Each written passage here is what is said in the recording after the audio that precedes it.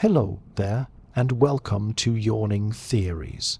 If you found your way here tonight, I hope you're curled up somewhere cozy, maybe under a heavy blanket or nestled into the warm dent of a well-loved pillow. This video is designed to gently carry your mind into the soft spaces between thought and sleep. But fair warning, it might be just interesting enough to keep your brain slightly more alert than you'd planned. If that happens, well, at least you'll drift off with a few new facts quietly orbiting your dreams. Before we begin our journey through light and shadow, through the scientific discoveries that shaped our world, I'd love to know, where in the world are you watching from? What time is it where you are?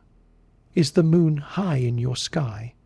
Or is the sun just starting to dip behind the hills? Leave a comment if you'd like to share. It's a quiet joy seeing this sleepy little community stretch across the globe.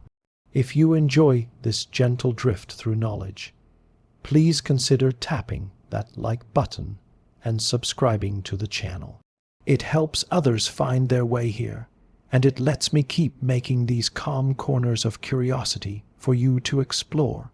Now, tonight's story is a bit of a winding one about the spark of human curiosity and all the ways it has illuminated the world.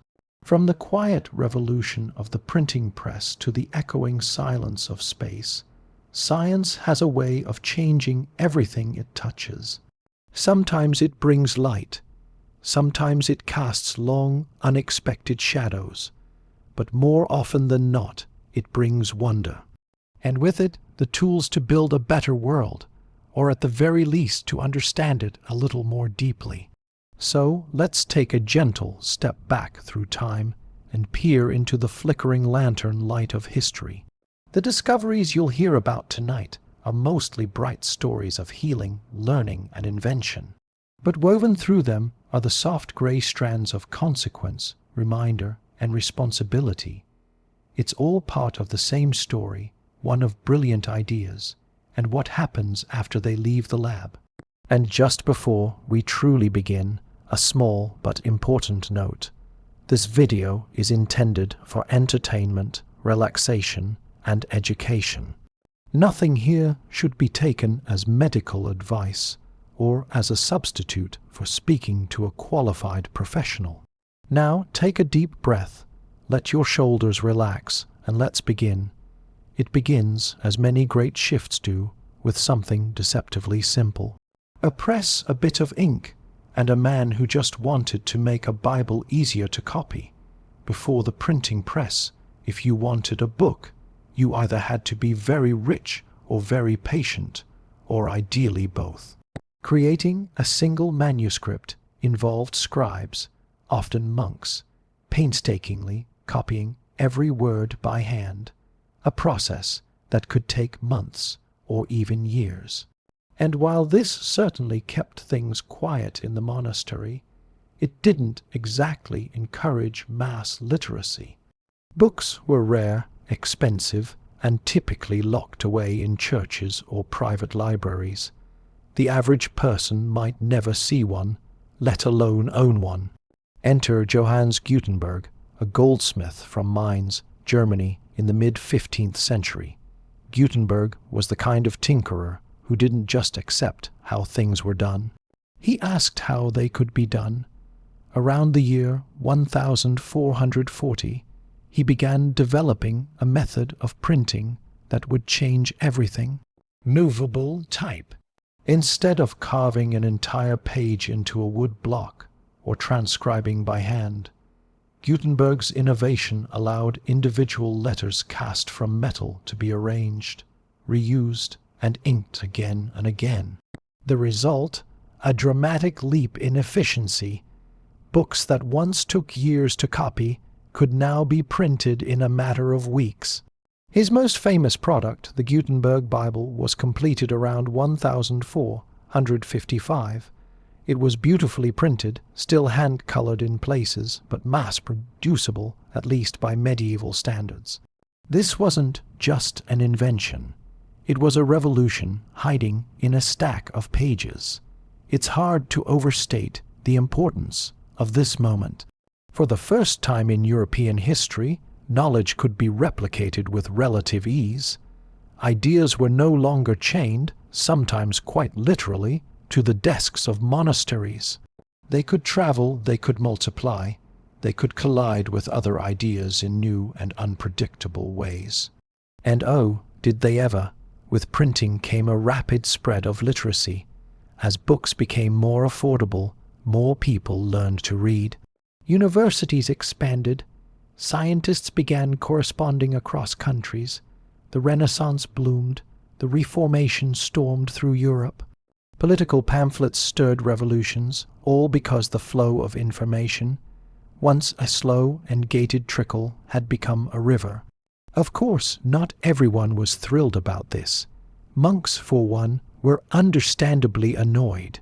Imagine spending a decade hunched over a manuscript, only to discover that some clever metal letters and a wine press had made your work obsolete.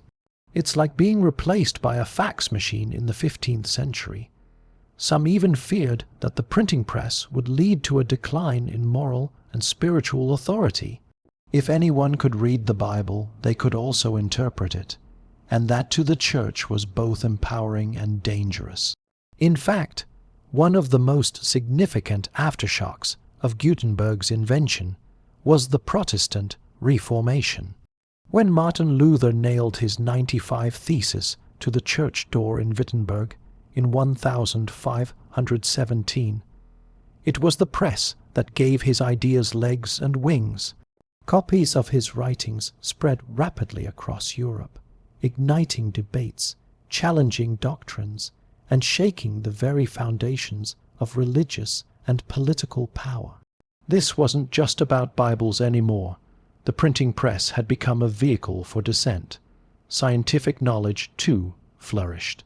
The printing of works by Copernicus, Galileo, Kepler, and Newton allowed discoveries to reach a wide audience. Scholars could now build upon each other's ideas more rapidly, refining, challenging, and accelerating the scientific method. It was like creating an early version of open-source software, but with gravity, astronomy, and the occasional plague theory. But here's where we start to notice that shadow trailing behind the light. As wonderful as the press was for education and enlightenment, it also enabled the spread of less noble material. False information, fear, mongering pamphlets, and outright propaganda began to flood the market. Some printers, eager for sales, cared more about sensationalism than truth. Sound familiar? The 16th century even had its version of tabloid journalism, lurid broadsheets detailing monstrous births, witches' confessions, or fantastical tales from the New World. It turns out that humans have always had a soft spot for the outrageous. If it bleeds, it leads, even when it's printed on handmade linen paper. And so the printing press, like so many great discoveries, didn't just give rise to knowledge, it gave rise to content. Some of it excellent, some of it, well, let's just say questionable, but the genie was out of the bottle. The human appetite for information, true or not, was insatiable. It's worth noting, too, that not every region embraced the press equally. In the Ottoman Empire, for instance, the printing press faced heavy resistance for centuries. Arabic script printing was banned under penalty of death in many areas, with concerns that it would erode religious authority and tradition. In China, where woodblock printing had been around for centuries, movable type didn't catch on in quite the same way, partly due to the complexity of the character set. So, while Gutenberg's invention had a dramatic impact in Europe, its global influence took a slower and more uneven course. Still, the long-term effects were undeniable. The printing press democratized learning in a way that would eventually lead to public education systems, libraries, and the concept that knowledge should be accessible to everyone, not just elite. It laid the groundwork for modern journalism, scientific journals, and the very idea of a well-informed formed public. And yes, it also paved the way for cat memes, bad grammar on forums, and 10 shocking reasons why medieval peasants were actually time travelers. You win some, you lose some, but step back for a moment and think about how your evening began. You likely clicked on this video through a digital interface, maybe on your phone or tablet, and here we are sharing thoughts through time and space. None of this would have been possible without Gutenberg's press. The written word, freed from the chains of rarity, set into motion a centuries-long conversation between minds, a conversation you are now part of. So the next time you glance at a book spine on your shelf or scroll through an article online, or even just listen to someone like me ramble soothingly about 15th century, German inventors remember the quiet beginnings of that power.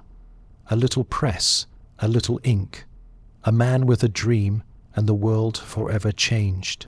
Not bad for a guy who probably just wanted to make fewer spelling mistakes copying the Psalms. Let us now lift our gaze from the printed page to the night sky. Vast, mysterious, and for most of human history, frustratingly out of reach. Long before telescopes existed, people looked up and wondered. They charted stars by hand, told stories through constellations, and used the moon and sun to guide planting, sailing, and celebration. But those glittering dots remained largely symbolic. Celestial wallpaper painted on by the gods. We could admire them, but we couldn't truly know them. Then came a simple question. What if we could see closer? The telescope, like many great inventions, wasn't born from a single mind, but from a series of curious tinkerers poking around with lenses. In the early 17th century, Dutch spectacle makers discovered that combining convex and concave lenses in just the right way made distant objects appear closer. At first, it was a novelty, useful for watching ships approach from afar, or perhaps for a nosy peek into your neighbor's orchard. But one Italian man saw something far more profound. Galileo Galilei didn't invent the telescope, but he was the first to point it at the heavens with serious scientific intent. Around the year 1690, he built his own improved version of the instrument and turned it skyward. What he saw shattered centuries of assumptions. First, the moon, that familiar glowing face in the sky, was not the smooth, perfect sphere imagined by philosophers. It was pocked with craters, ridges, and shadows. It looked imperfect, earth-like, tangible. Then came Jupiter. Galileo discovered 4 tiny moons orbiting it, dancing around the gas giant like moths around a lamp. This too was revolutionary. Until then, everything was believed to orbit the Earth, but here were celestial bodies clearly revolving around something else. He kept going. He saw the phases of Venus which confirmed that it orbited the Sun. He saw countless stars invisible to the naked eye. He even noticed sunspots, blemishes on the Sun's otherwise pure surface. With every observation, the old model of the cosmos, a neat Earth-centered system dreamed up by Aristotle and refined by Tommy, crumbled a little more. Galileo's discoveries weren't just astronomical, they were philosophical. If the Earth wasn't the center of the universe, then maybe, just maybe, humans weren't the center of everything either. And for an era still deeply entwined with religious dogma, that was a deeply unsettling idea. Predictably, it didn't go over smoothly. In 1633, Galileo was summoned before the Roman Inquisition, accused of heresy for supporting the heliocentric model proposed by Copernicus. The radical notion that the Earth revolved around the Sun, not the other way around. He was forced to recant and spent the rest of his life under house arrest. Legend has it that as he left the courtroom, he muttered, "Ep," and yet it moves. Whether or not he actually said it, the sentiment stuck. The Earth didn't care who believed it moved. It did. And now someone had seen the proof. The telescope, it turned out, didn't just offer new sights. It offered new perspectives. It introduced humility. It challenged pride. And it began to change how we thought about our place in the cosmos. Over the following centuries, the telescope evolved into ever more powerful forms. In the late 17th century, Isaac Newton devised a reflecting telescope that used mirrors instead of lenses, improving clarity and reducing distortion. Astronomers like William Herschel used such instruments to discover new planets. Uranus, for example, which had been quietly minding its business at the edge of the solar system until Herschel spotted it in 1781. Then came nebulae, clusters, galaxies. The deeper we looked, the more it became clear that the universe was big, staggeringly so, and we tiny, a single blue speck floating in a sea of stars. By the 20th century, telescopes were moving beyond mountaintops and into space itself. In 1990, the Hubble Space Telescope was launched into orbit, free from the blurring effects of Earth's atmosphere. Hubble gave us images of galaxies being born, stars dying, and the cosmic fabric stretching across unimaginable distances. It also gave us the famous deep field image, a long exposure of a seemingly empty patch of sky that revealed thousands of galaxies hiding in the darkness. It was as if the universe had been whispering to us all along, and we'd only just gotten a good enough hearing aid to listen. But the light of discovery also cast shadows. One of the first, perhaps unexpected consequences of telescopic astronomy was existential discomfort. If the universe was infinite or nearly so, what did that mean for humanity's role in it? What did it mean for our beliefs, our myths, our sense of destiny? The comforting idea of a purpose, built universe centered around us began to fade. For some, this was liberating. For others, it was disorienting, even terrifying. The telescope also made warfare more precise. Optical advancements helped develop periscopes, rangefinders, and early targeting systems. And while those weren't quite Galileo's fault, he was already in enough trouble. The tools born from his legacy found uses far beyond astronomy. Even in modern times, space telescopes and observatories have become points of geopolitical competition. The desire to be the first to see, to map, to claim understanding. It echoes the same ambition that drove colonial explorers centuries ago, but now turned skyward. Yet for all the shadows, the telescope remains one of humanity's most poetic inventions. It's a tool of curiosity, of humility, of longing.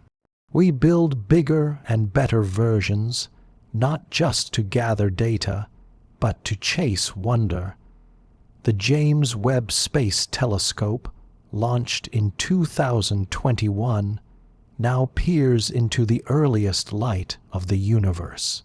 Light that has been traveling for over 13 billion years, just to meet our gaze. That's a humbling thought. Somewhere in the vast silence of space, photons from ancient stars cross the void, landing on a polished mirror engineered by people who just wanted to understand where we came from. And then there's the emotional side. The pale blue dot photograph taken by the Voyager spacecraft at Carl Schon's suggestion shows Earth as a mere speck suspended in a sunbeam, a reminder of our fragility, our unity, and our cosmic smallness. Everyone you love, everyone you know, Schon said. Every human being who ever was lived out their lives on that dot. Telescopes do that. They show us not only where we are, but who we are. They also remind us of what we don't know. Dark matter, dark energy, black holes. We see their effects, but we don't fully understand them. It's a cosmic invitation to keep asking questions politely, humbly, and often with a cup of tea at hand. It's worth pausing for a moment to appreciate how beautifully odd this all is. Thousands of years ago, someone might have gazed up at the sky and seen Orion, imagining it as a hunter chasing prey. Today, we still look up, still wonder. But now we know that those stars are suns scattered across space like glowing breadcrumbs. The stories have changed, the ore has not. And as you lie here listening, perhaps the stars are above you now, distant, patient, unchanged by our dramas. Maybe they twinkle behind a veil of clouds or glow in the crisp stillness of a rural night. Or maybe you're in a city and the stars are drowned out by streetlights and high-rises. But even then, they're there just as they've always been. The telescope didn't invent the stars. It just helped us see them better, and in doing so, it helped us see ourselves a little more clearly, too. In the beginning, there was darkness, and then, at some point, humanity figured out how to make light. Not with fire or candles, but with something far stranger. The movement of invisible forces channeled through wire, sparking into bulbs, buzzing through cities, and humming quietly behind the scenes of modern life. Electricity, it's so woven into our daily existence now that it's hard to remember how recently it arrived. We flip switches without thinking, our phones glow on demand, refrigerators hum, toothbrushes vibrate. Even our doorbells have opinions now. But not so long ago, people lit their homes with whale oil and warmed themselves by stoking fires that smoked up the rafters. Electricity didn't just brighten the night, it changed what it meant to live in the modern world. The story of electricity is a winding one, full of curious experiments, heated rivalries, and a few accidental electrocutions. It begins in a sense with the ancient Greeks, who noticed that rubbing amber with fur made it attract small bits of straw. The word electricity actually comes from the Greek word for amber, electron, but for centuries this strange property remained a parlor trick, a curiosity rather than a field of study. Things began to spark quite literally in the 18th century. Benjamin Franklin famously flew a kite in a thunderstorm to prove that lightning was a form of electricity. Sounds like something out of a cartoon, and frankly, it was dangerous enough to qualify. Armed with a metal key and what must have been an impressive amount of stubbornness, Franklin showed that the sparks from lightning and those from his leading jar, a kind of early capacitor, as were related. Fortunately, he survived, and the idea that electricity was a natural force began to take root. In the 19th century, things really began to light up. Michael Faraday, an English scientist with no formal education, made one of the most important discoveries in physics, electromagnetic induction. In 1831, he found that moving a magnet through a coil of wire could generate an electric current. This was the birth of the electric generator, a way to create electricity, not just store or transfer it. Faraday's simple setup is the ancestor of every power plant in operation today. And then came the race to harness and deliver this invisible energy to the world. Thomas Edison, a name almost synonymous with invention, was a champion of direct current or DC electricity. His version of electrical delivery was reliable over short distances, and he built the first practical electric light bulb. After trying over 1,000 different filament materials, including, rumor has it, fried cotton and even strands of his own hair, Edison's Menlo Park lab became a powerhouse of invention, cranking out patents like a popcorn machine. But Edison had a rival, Nikola Tesla, a Serbian, bee-born engineer with a flair for the dramatic.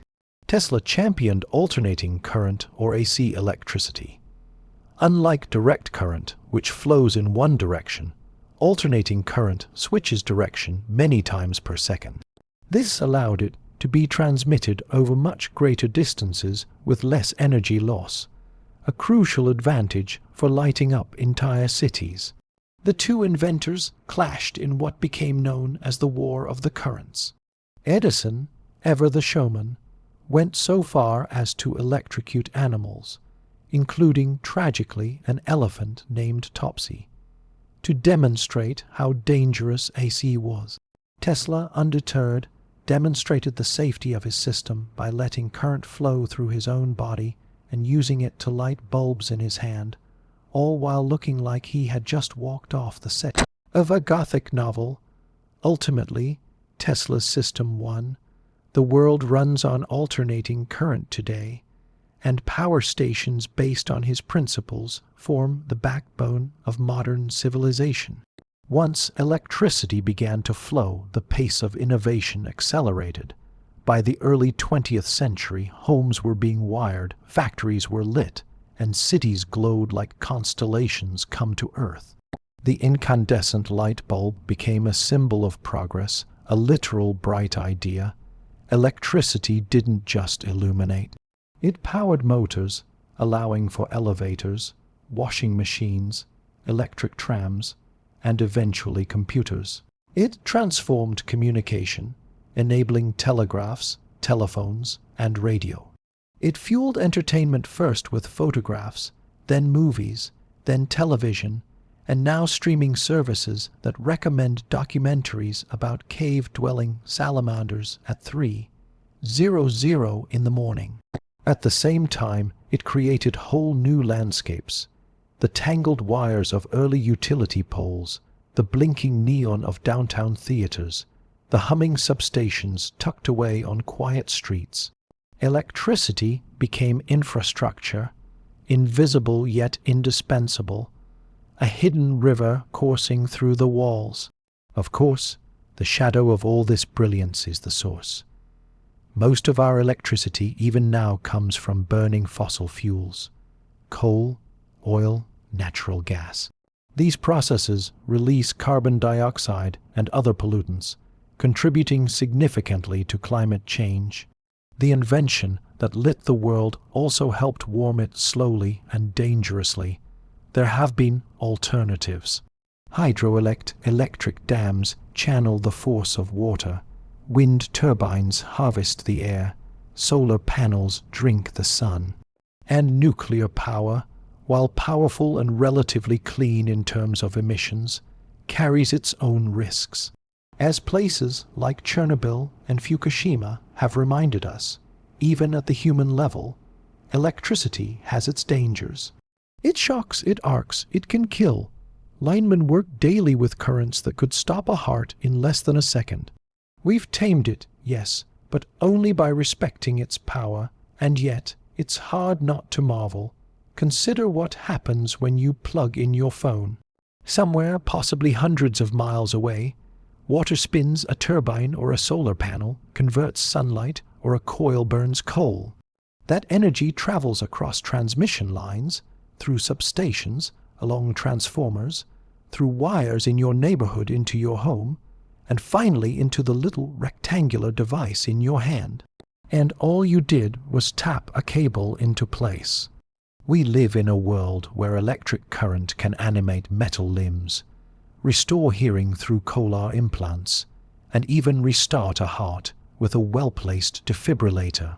Pacemakers keep silent rhythms in aging chests.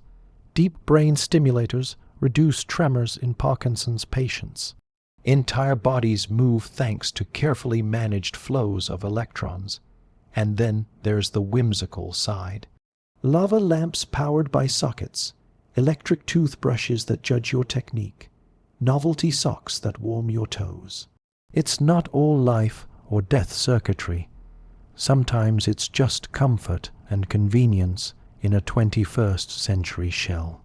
It's worth remembering, too, that electricity is not just something humans created. It's something we discovered. Nature has been playing with electric charges for billions of years. Lightning splits the sky with terrifying beauty. Electric eels patrol murky waters with their own built-in stun guns.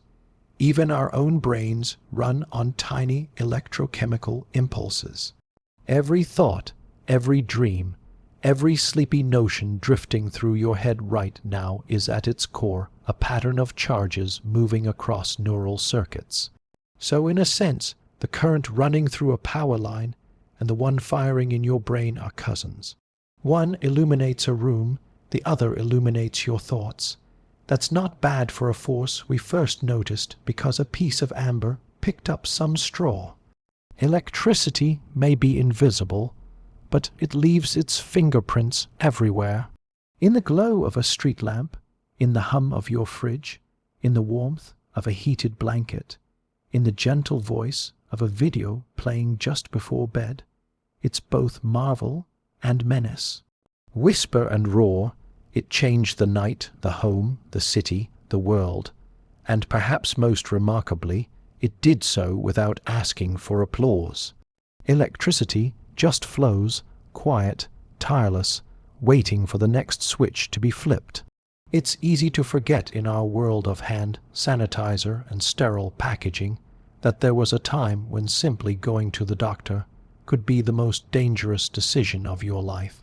Before the late 19th century, hospitals were less like healing centers and more like experimental waiting rooms for infection. Surgeons performed operations in street clothes.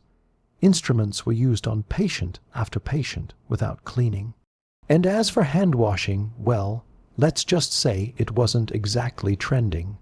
The mystery of why some patients healed and others succumbed to fevers and infections wasn't just frustrating, it was tragic. Theories abounded, most of them wrong. Some believed in miasmas or bad air as the cause of disease. Others suspected imbalances in the body's humors, blood, phlegm, black bile, and yellow bile, which sounds more like the contents of a medieval stew than the foundation of a medical theory. And then slowly, something invisible began to come into focus. The idea that sickness might be caused not by air or imbalance, but by tiny living things, creatures too small to see yet powerful enough to end a life. This was the dawn of germ theory, one of the most important scientific breakthroughs in human history. The path to this understanding wasn't straightforward, and it didn't arrive with trumpets and applause. It arrived, as so many scientific revolutions do, with careful observation, a few very brave experiments, and a lot of resistance from people who are quite comfortable with the way things had always been. One of the earliest hints came from a Hungarian physician named Ignat Semmelweis in the 1840s. While working at the Vienna General Hospital, Semmelweis noticed something peculiar. The maternity ward, staffed by doctors and medical students, had a much higher mortality rate than the one run by midwives. The difference: the doctors often came straight from performing autopsies and went directly to deliver babies without washing their hands. Semmelweis proposed a radical solution. What if the doctors simply washed their hands with a chlorinated solution? The result was dramatic. Mortality rates in the doctor-staffed ward plummeted. Semmelweis had effectively discovered that something he didn't know, what was being transferred from the dead to the living. But his ideas weren't welcomed.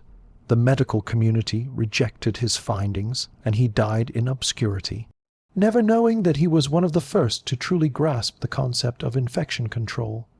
Then came Louis Pasteur, a French chemist with a fascination for fermentation. In the 1850s and 60s, Pasteur was trying to solve problems in the wine industry, which was experiencing spoilage on a massive scale. What he discovered was that microorganisms, tiny living things, were responsible for the process of fermentation. And if they could spoil wine and milk, he reasoned, perhaps they could also cause disease. Pasteur's work laid the groundwork for the concept that germs, bacteria in this case, were behind many illnesses. He developed the process of pasteurization, heating liquids to kill off harmful microbes, which remains a cornerstone of food safety today. He also developed vaccines for rabies and anthrax, and helped establish the discipline of microbiology. But perhaps his most enduring contribution was the idea that cleanliness could prevent illness, not just in food, but in people. Building on this momentum was Joseph Lichester, a British surgeon who in the 1860s began applying Pasteur's principles to surgical practice. Lichester introduced the use of carbolic acid to sterilize surgical instruments and clean wounds. He also encouraged surgeons to wash their hands and wear clean gloves. At the time, this was considered somewhat eccentric. The surgical profession had not yet embraced the idea of hygiene as a medical necessity.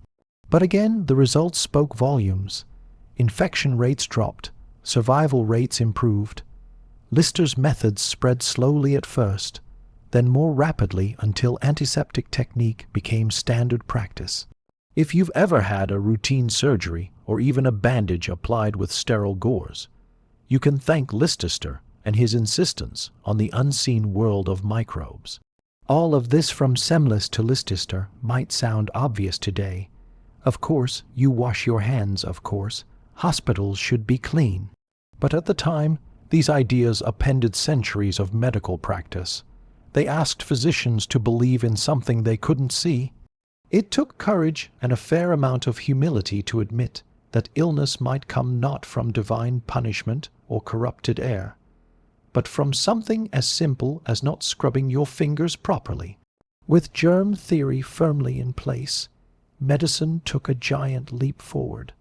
Scientists could now identify specific bacteria as causes of disease.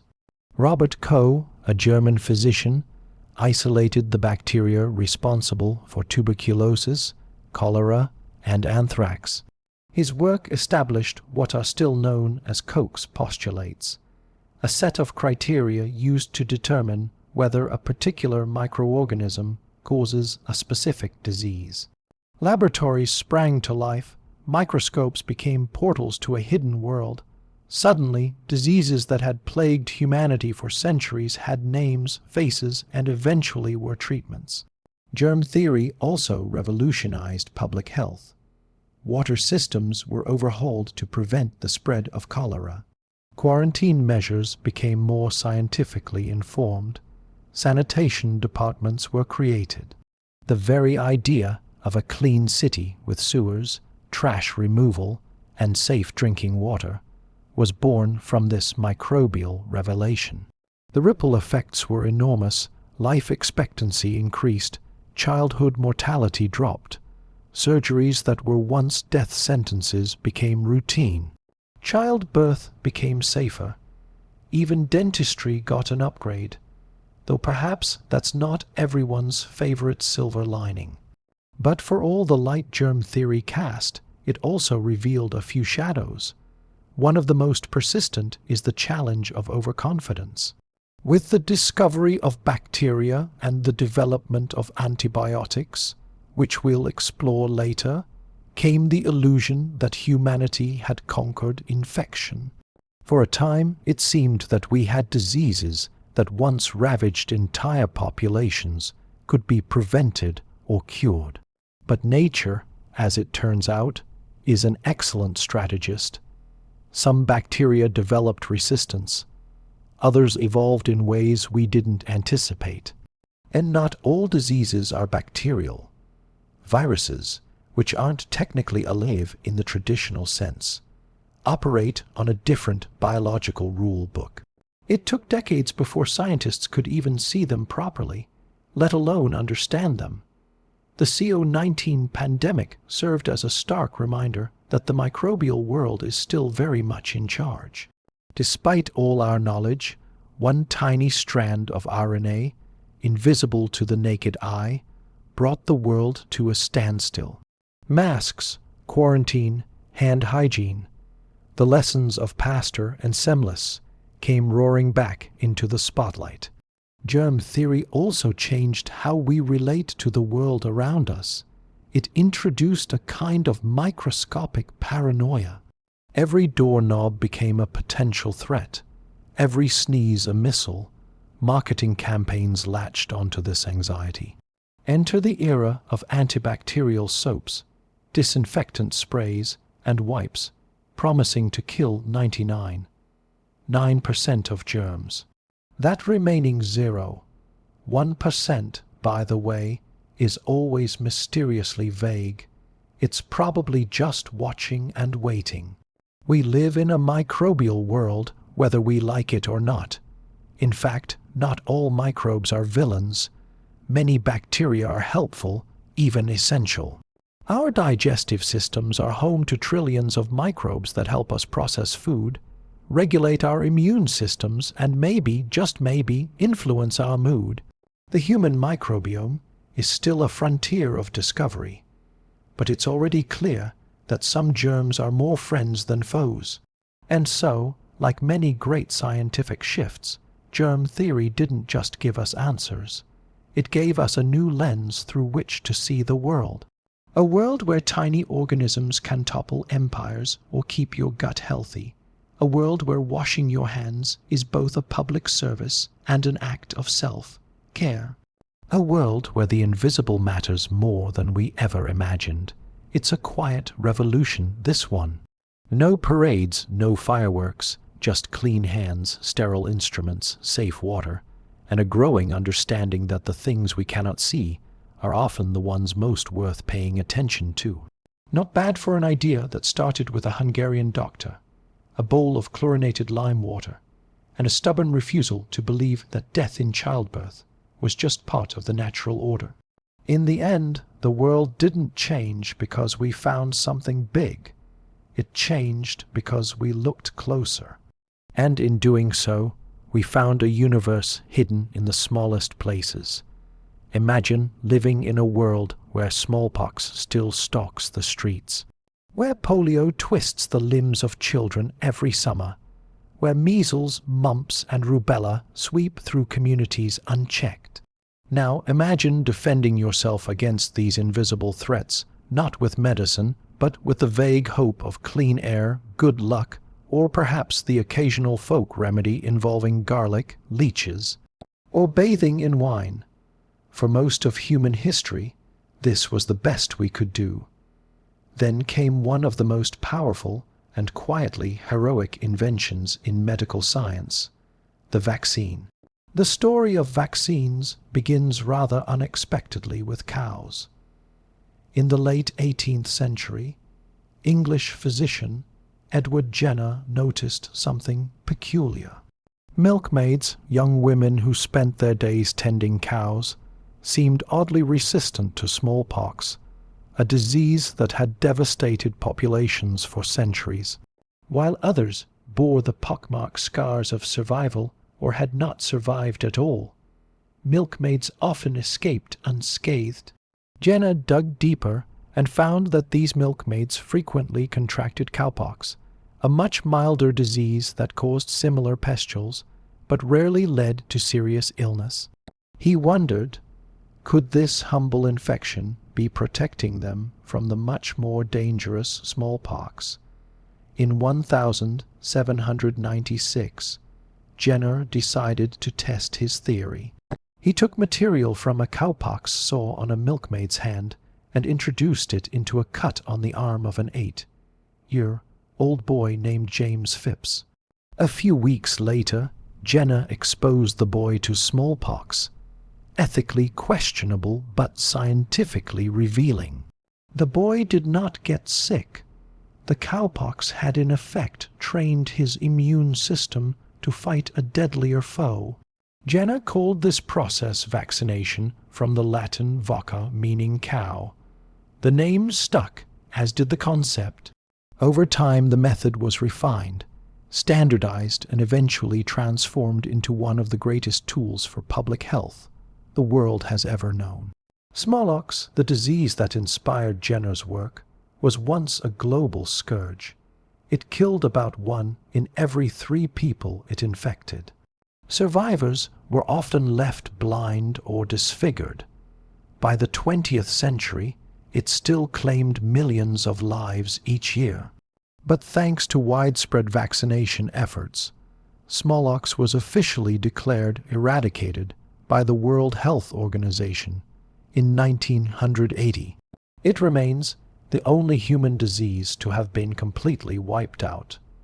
Vaccines work by teaching the immune system to recognize a pathogen without causing illness.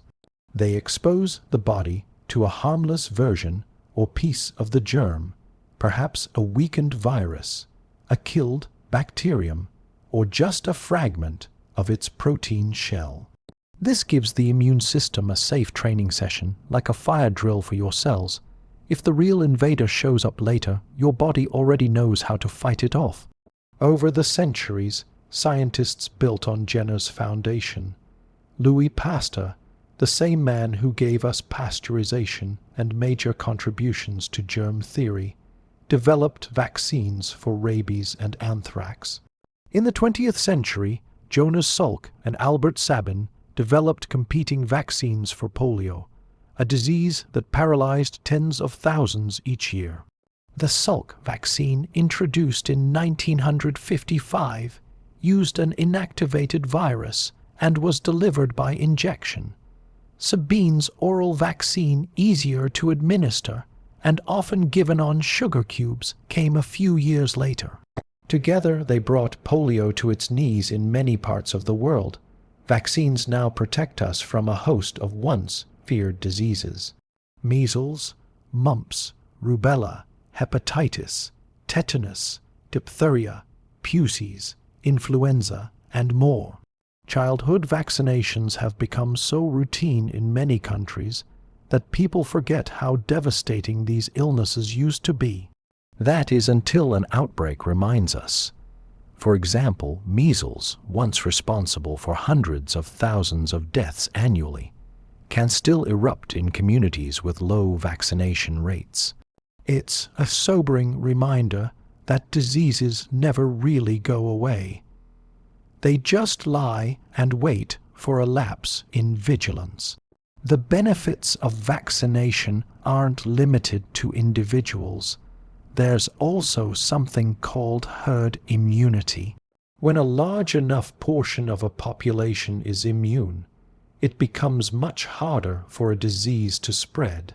This protects people who can't be vaccinated, infants, the elderly, those with compromised immune systems, by forming a kind of protective buffer around them. In a sense, every time you get a vaccine, you're not just protecting yourself, you're extending a shield to those around you. Vaccines have also played a crucial role in travel, military readiness, and global development. They've enabled humanitarian workers to operate in outbreak zones. They've kept diseases from spreading across continents.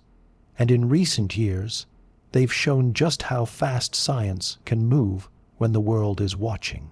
When CO-19 emerged in late 2019, it posed a challenge unlike any seen in generations.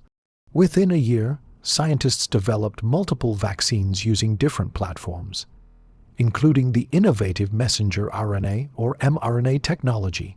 Unlike traditional vaccines, mRNA vaccines deliver a genetic blueprint that instructs cells to make a harmless piece of the virus, prompting an immune response. It's a bit like showing your immune system a wanted poster and saying, "Keep an eye out for this one." The success of mRNA vaccines, including those developed by Pfizer-BioNTech and Moderna, has opened doors for future vaccines against other diseases, from influenza to certain cancers. It's a whole new chapter in immunology, and one that's still being written. Of course, as with many scientific advances, vaccines are not without controversy. They have side effects, usually minor, like soreness or a low-grade fever, but sometimes more serious in rare cases. They raise ethical questions about individual choice versus collective responsibility, and they've become flashpoints for misinformation, especially in the age of social media. Some resistance to vaccination is based on mistrust, past medical abuses, or cultural beliefs. Other opposition is fueled by conspiracy theories or fear of the unknown. It's a deeply human response. We're cautious about what we put into our bodies, especially when the threat feels distant or invisible. But vaccines, unlike many tools in modern medicine, are preventative. They don't just treat illness, they stop it from happening. They are one of the few interventions that can eliminate a disease entirely, not just manage its symptoms. And that makes them extraordinary. There's also a poetic beauty in how vaccines work. Your body, without you even realizing it, learns and remembers. It builds defenses against threats you may never encounter. It carries the wisdom of microbial battles fought and won. A biological mem, or written in antibodies and white blood cells. Vaccines are quiet. They don't demand applause. They don't advertise their effectiveness with flashy symptoms. They simply do their job day in and day out, protecting millions of people without ceremony. They also represent something else: cooperation. Vaccines are the product of scientists, doctors, researchers, nurses, policymakers, and entire communities working together. They require global coordination, stable supply chains, effective communication, and trust. They are in many ways a symbol of what we can achieve when we act with collective purpose. But like all tools of progress, they come with responsibilities. To stay informed, to listen to evidence, to engage with empathy, to understand that public health is not a solo endeavor. It's something we build together. Vaccination may have started with a cow and a curious doctor, but it has grown into one of humanity's greatest defenses. A shield forged not from steel or stone, but from knowledge, persistence, and a bit of biological trickery. A whisper to the immune system: here's what danger looks like. Be ready. And that quiet whisper has saved more lives than perhaps any other invention in history.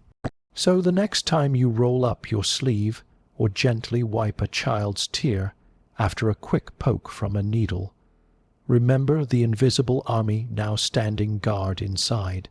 A gift from science, a promise of protection, and a reminder that sometimes the smallest things make the biggest difference. There are moments in scientific history that feel like thunderclaps, not because of the noise they make at the time, but because of the way their echoes reshape everything that follows. The splitting of the atom was one of those moments, a single stunning discovery that unlocked immense power, promised limitless energy, and cast the longest shadow of all. It was a triumph of human curiosity and a sobering lesson in just how quickly knowledge can outpace wisdom. The atom for most of history was thought to be the smallest unit of matter, the indivisible building block of everything. The word atom comes from the Greek atomos, meaning uncutable. For a long time, that was the assumption that atoms were fundamental, solid particles that made up all matter. But as physicists dug deeper, it became clear that atoms were not solid marbles, but little universes of their own with swirling electrons orbiting dense cores of protons and neutrons. And then came the realization that these cores, these nuclei, could be split. In the 1930s, physicists around the world were racing to understand the structure of the atom. In 1938, in a laboratory in Berlin, German chemists Otto Hahn and Fritz Strassmann bombarded uranium atoms with neutrons and observed something unexpected. The uranium atoms split into smaller elements. It was the Austrian-Swedish physicist Lise Meitner, working in exile because of the Nazi regime, who provided the explanation.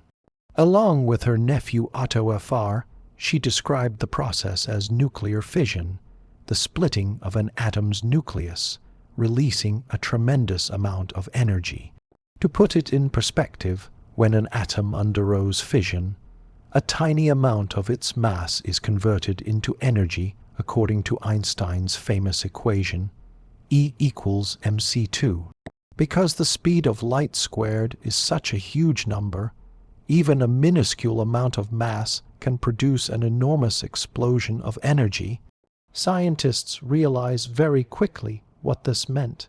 If vision could be controlled, it could be used to generate electricity. If it couldn't be controlled, or if it was deliberately unleashed all at once, it could become the most powerful weapon ever built. This realization led to one of the most secretive and consequential scientific collaborations in history, the Manhattan Project. In the early 1940s, as World War II raged on, the United States, along with the United Kingdom and Canada, launched a massive research effort to develop an atomic bomb before Nazi Germany could do the same. It brought together some of the brightest minds in physics, including Robert Oppenheimer, Enrico Fermi, Niels Bohr, and many others. The project was vast, expensive, and shrouded in secrecy. Entire cities were built from scratch. Los Alamos in New Mexico, Oak Ridge in Tennessee, Hanford in Washington, solely to support nuclear research and production.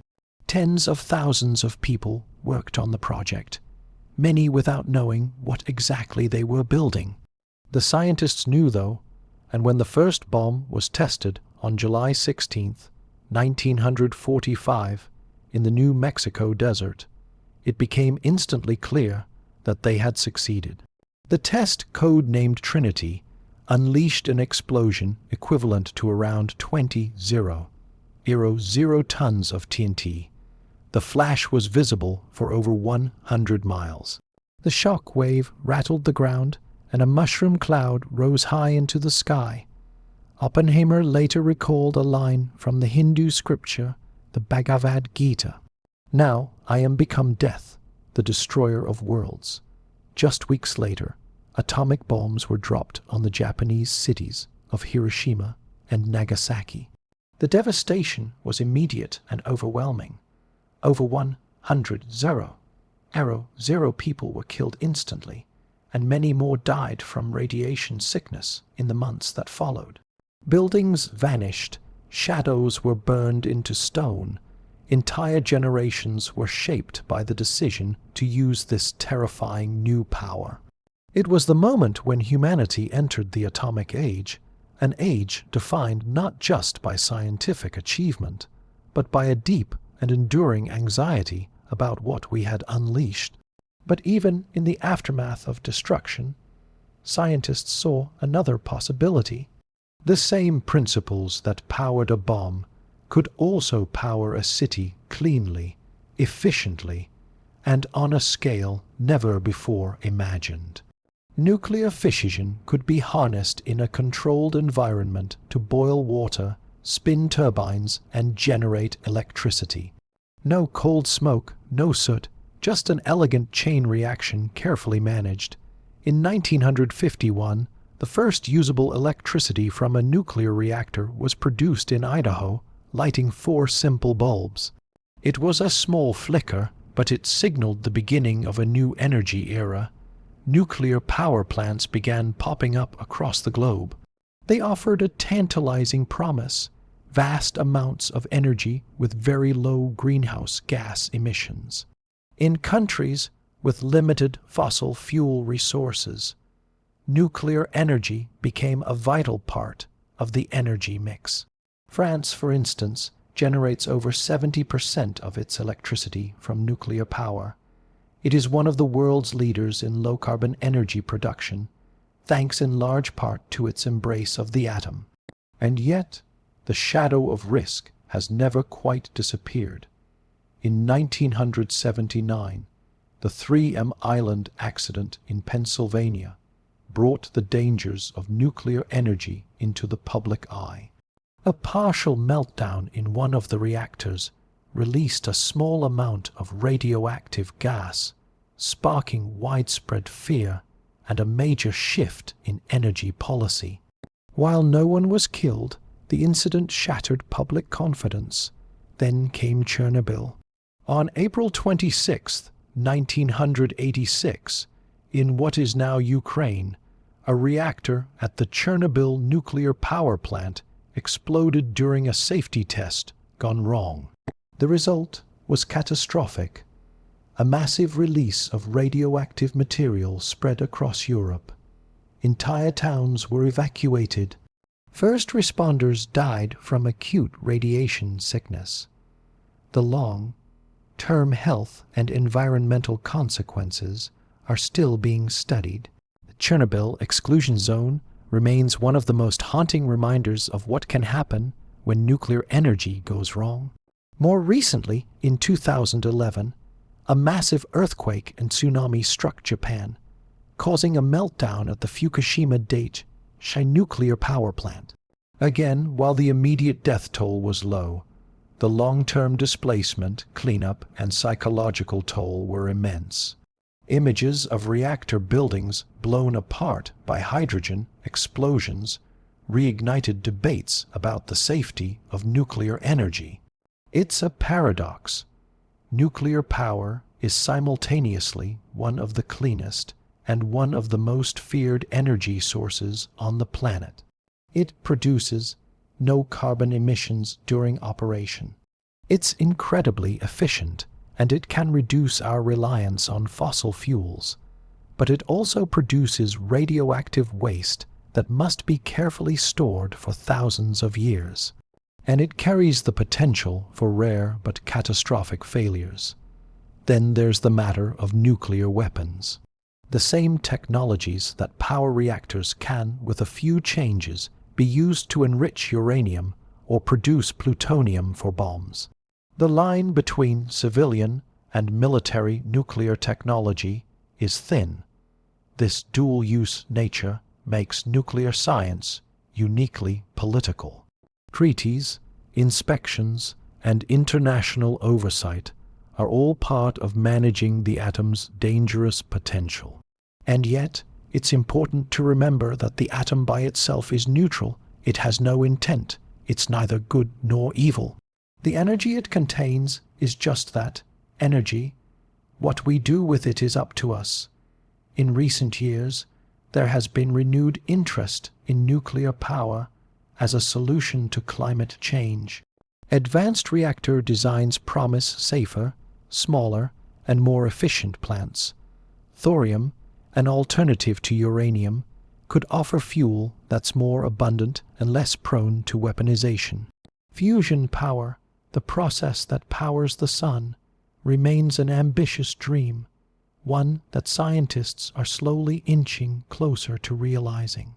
Unlike fission, fusion produces no long-lived radioactive waste and carries no risk of meltdown. But achieving it requires sustaining temperatures hotter than the core of the sun. Not exactly something you can plug into a wall socket. Still, research continues because the atom holds more than just energy.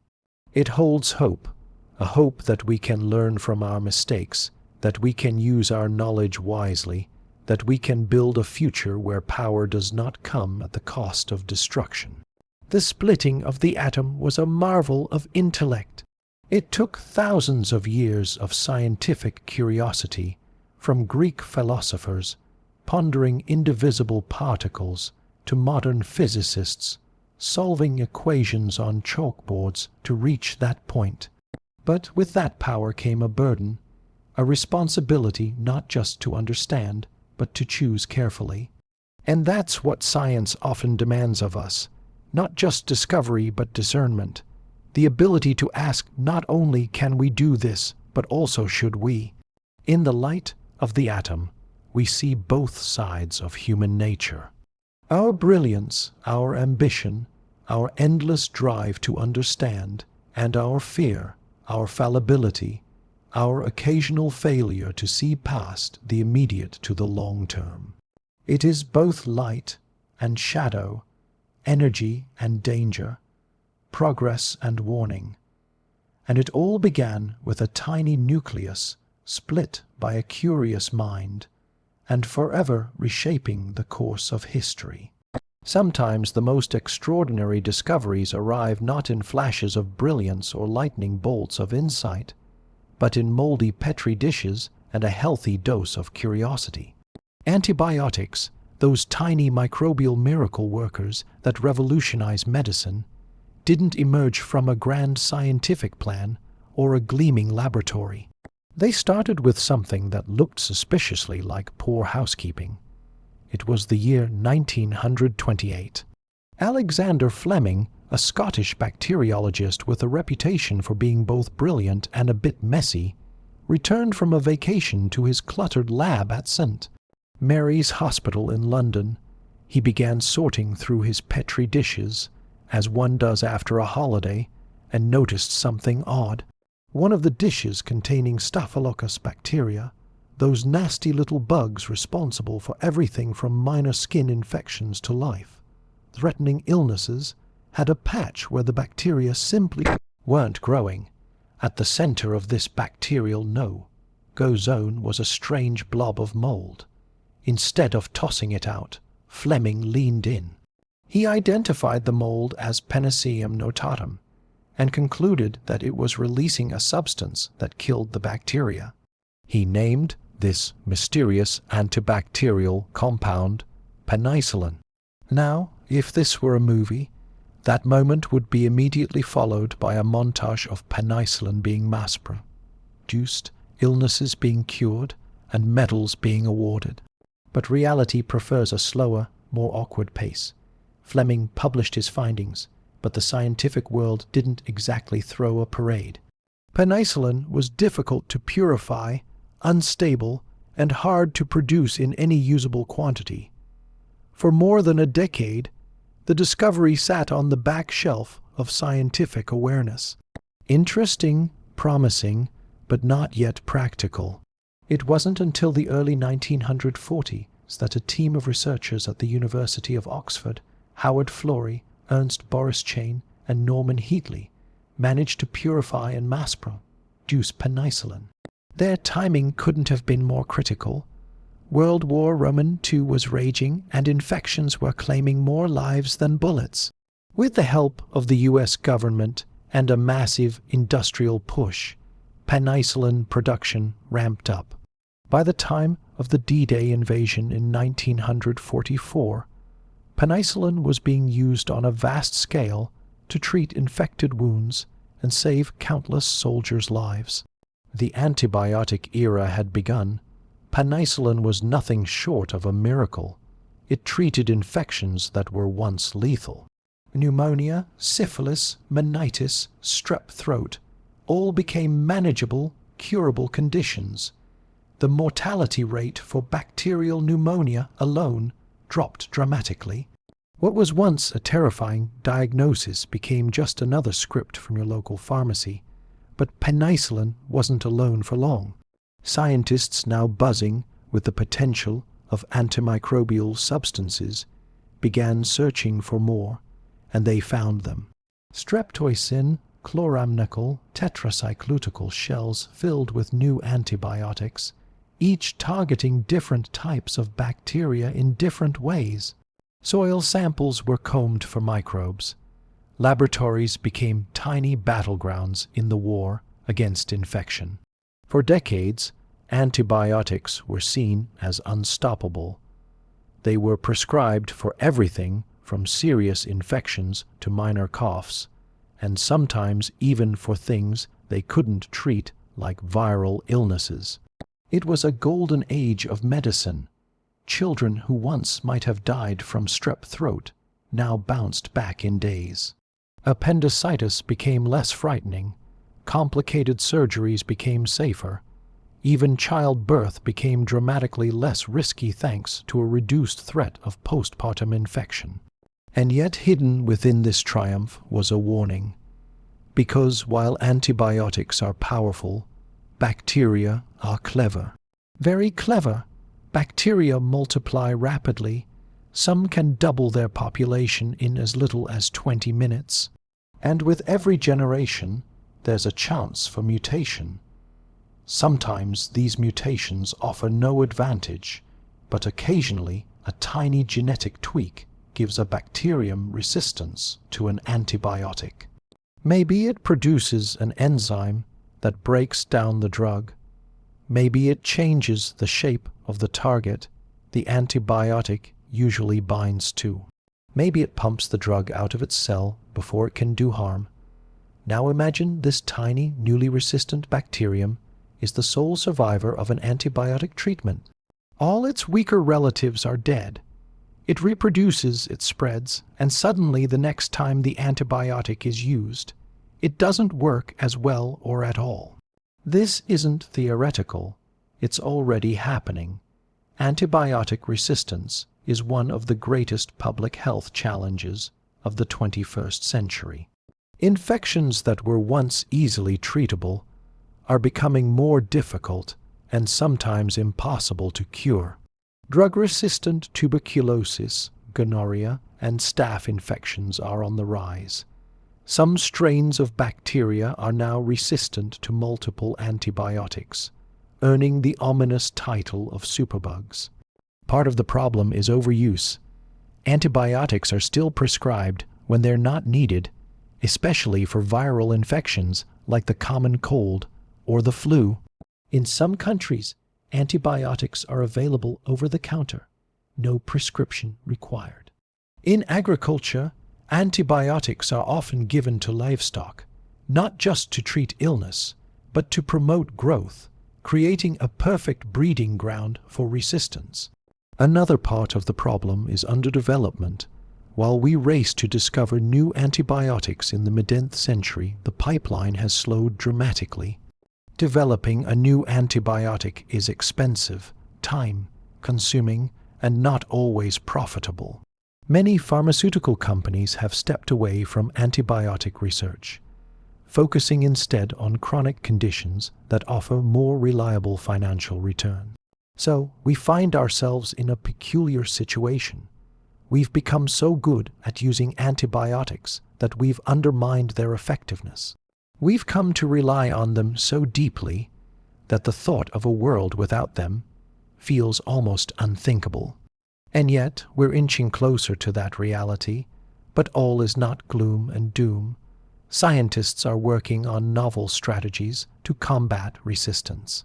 Some are developing antibiotics that work in entirely new ways, targeting bacterial mechanisms we haven't exploited before. Others are turning to bacteriophages, viruses that infect and kill bacteria, as a possible alternative. There's also renewed interest in reviving older antibiotics that had fallen out of favor but might still be effective against resistant strains.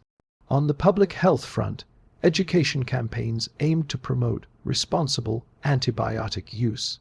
Hospitals now implement antibiotic stewardship programs, tracking prescriptions and encouraging narrow-spectrum drugs that target specific bacteria rather than blasting the entire microbial neighborhood. Even ordinary people can make a difference, finishing prescribed courses of antibiotics, avoiding unnecessary use, and supporting better food systems all play a role. It turns out that using antibiotics wisely is as important as discovering them in the first place. And in all of this, it's important not to lose sight of the extraordinary power antibiotics still hold. They remain one of the few medical interventions that can cure disease outright. Not manage, not reduce symptoms, but eliminate the cause. That power is something worth protecting. Antibiotics are also a reminder of the serendipitous nature of science. A forgotten petri dish, a curious glance, a refusal to toss out what looked like a mistake. They show us that discovery isn't always about dramatic breakthroughs. Sometimes it's about being open to the unexpected. They also remind us of the strange balance in biology. We fight bacteria, yes, but we also live with them. Our bodies are home to trillions of bacteria in our gut, on our skin, even in our lungs. Most are harmless. Many are helpful. Antibiotics don't always distinguish. They wipe out the good with the bad, and that, too, is part of the challenge. How do we fight the harmful bacteria without disrupting the delicate microbial ecosystems we rely on. In recent years, the idea of personalized medicine has begun to emerge. Treatments tailored to your specific microbiome.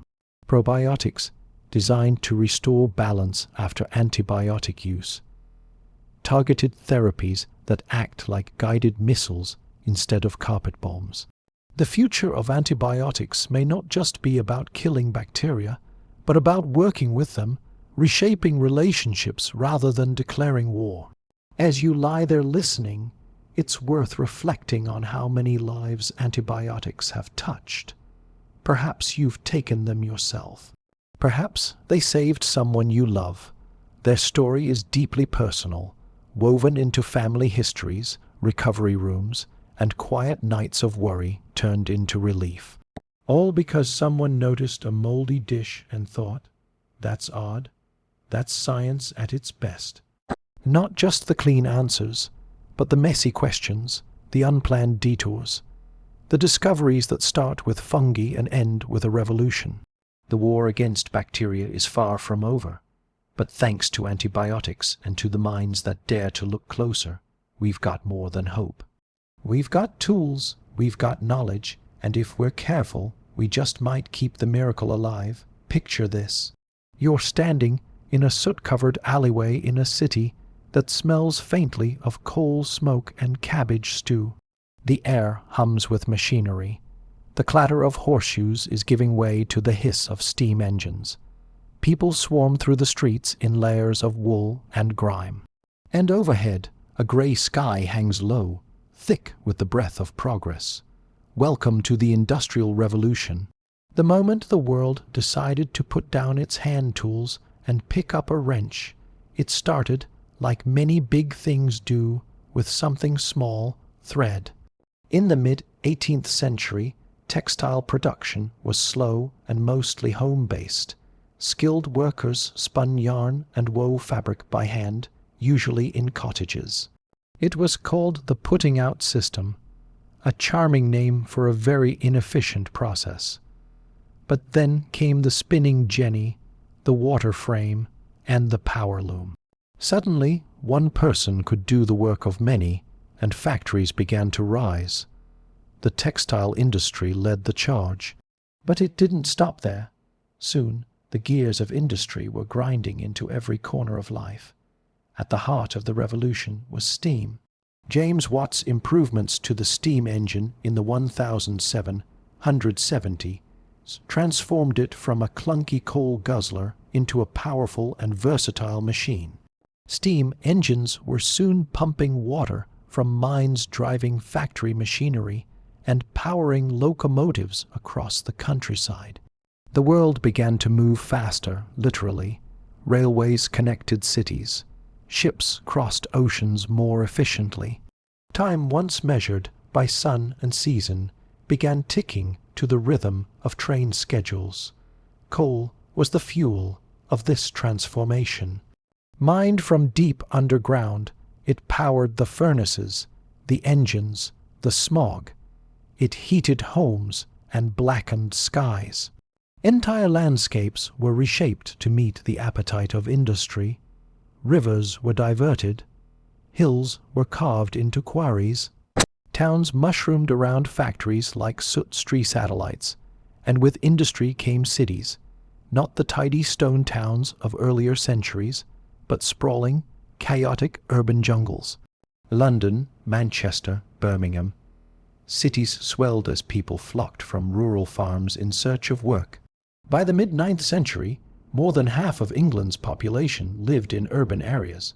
It was the first time in history that cities began to outnumber countryside in terms of population. It wouldn't be the last. Life in these industrial cities was a mixed bag. On one hand, there was opportunity. Wages, though, could be steady. Goods were cheaper and more widely available. Life expectancy began to inch upward. Not everywhere, but in the long run, education slowly expanded. A new middle class began to emerge, buying pocket watches, newspapers, and factory-made furniture. But then there were the shadows. Factory work was grueling. 12 to 16 hours a day, 6 days a week, often in dangerous conditions. Children as young as 5 or 6 were employed to crawl under machines, clean chimneys, or haul coal through narrow mine shafts. Accidents were common. Safety regulations were more of a suggestion than a standard. In many factories, you were expected to bring your own candles, to light your own way, quite literally. And the air? Oh, the air, it wasn't just cold smoke. It was dust from cotton mills, chemical fumes from dye houses, and the ever-present haze of human proximity. Diseases spread quickly in crowded tenements. Cholera outbreaks were common as sewage often ran in open channels through the streets. In some neighborhoods, clean drinking water was a luxury. Life in the industrial city could be short, brutal, and dirty. Yet despite the hardship, something was happening. A transformation not just of industry, but of society. The Industrial Revolution brought with it a series of profound shifts, not all of them visible in smoke stacks and soot. For one, it changed how people thought about time. Clocks became essential. Factory whistles replaced rooster crows. The concept of the workday became standardized. Punctuality, once a personal virtue, became a professional requirement. And leisure, what little of it there was, began to take on new forms. Public parks, music halls, newspapers, football matches. It also changed the structure of labor. The artisan, once respected and autonomous, became a cog in a larger machine. The relationship between worker and product grew more distant. Instead of crafting a chair from start to finish, you might spend your entire shift tightening bolts on a single part. Efficiency increased, but at a cost to identity and pride. Still, not all was bleak. The Industrial Revolution sparked a wave of inventions that genuinely improved lives. The telegraph shrank the world with dots and dashes. The electric light began to replace gas lamps. The sewing machine made clothing more affordable. Canned food extended shelf life. Sanitation systems slowly improved. Public health measures started to emerge, often in response to disasters, but still progress. It also laid the groundwork for modern democracy in unexpected ways. As workers organized into unions and demanded better conditions, the idea of labor rights gained traction. Governments began to pass laws regulating child labor, limiting working hours, and mandating education. The balance of power shifted ever so slightly toward the people, and the idea that every citizen deserved a voice started to take hold. Of course, industrialization didn't happen evenly across the globe. While Britain led the charge, other countries followed at their own pace. Germany, the United States, France, and Japan all industrialized in waves, each adding their own flair to the process. Colonies were often exploited to feed the hungry factories of Europe, supplying raw materials like cotton, rubber, and tea, while buying back finished goods at inflated prices. This global reach added another layer to the revolution: empire and extraction. Industrial nations grew rich on the backs of colonial labor and resources. Railroads were laid not just to connect cities, but to move goods out of colonies more efficiently. Plantations expanded, forests were felled. The Industrial Revolution wasn't just a local event, it became a planetary one. By the late 19th and early 20th centuries, the second wave of industrialization was underway. This phase brought electricity, mass production, and chemical engineering into the spotlight. Factories became more automated. Assembly lines, most famously at Henry Ford's car plants, redefined productivity. What once could now be done in minutes, products became cheaper, more standardized, and more accessible to the masses. But mass production also meant mass consumption, and with that came waste. Packaging, pollution, and planned obsolescence began to emerge. The earth, which had long seemed inexhaustible, started to show signs of strain. In many ways, the Industrial Revolution never really ended. It evolved. It morphed into the digital age, the information age, the automation age. But its fingerprints are still everywhere in the layout of our cities, the rhythms of our work days, the systems that deliver food, energy, and clean water.